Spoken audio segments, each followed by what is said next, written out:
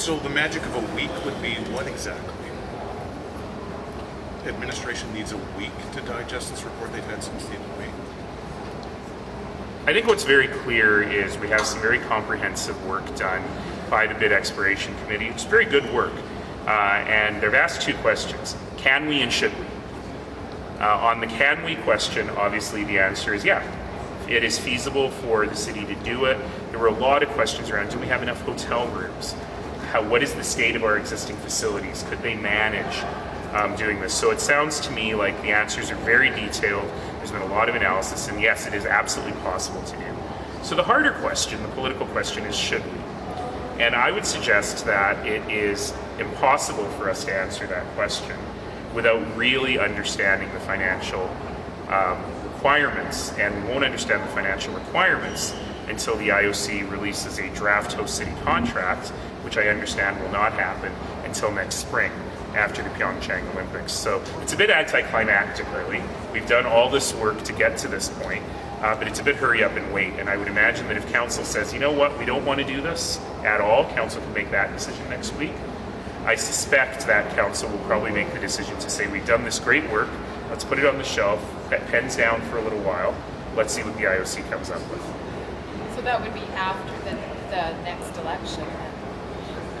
So September 11th, there won't be any decision made. I can't imagine council making a go-forward decision without that IOC contract. I don't think that would be prudent.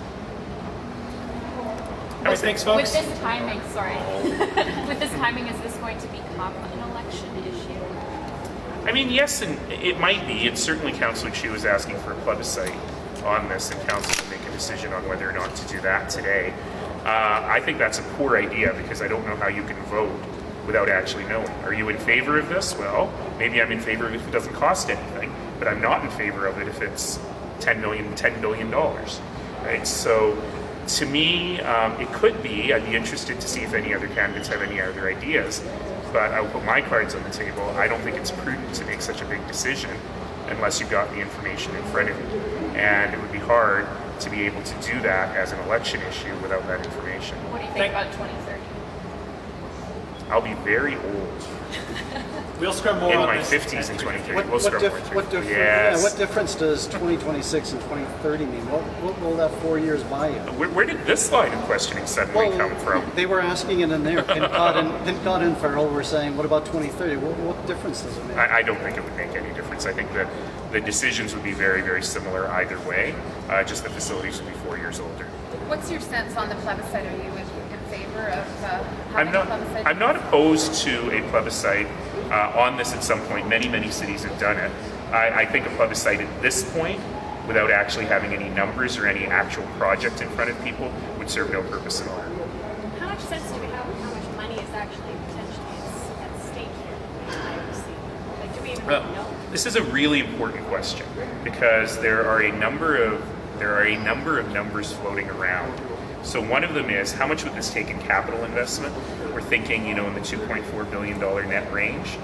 But then the other question is, if the Olympics run a loss, who covers the loss? And the projections we're looking at right now is there would be about a $400 million loss.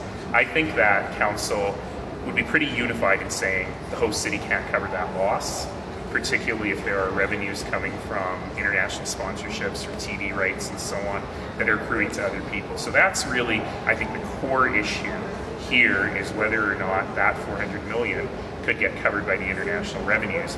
Then Calgarians can really make a decision on whether it's worth the capital investment in the billions of improving these facilities and transportation networks. So I'm going to quit there. Thank you very much. We will see you at 3:15.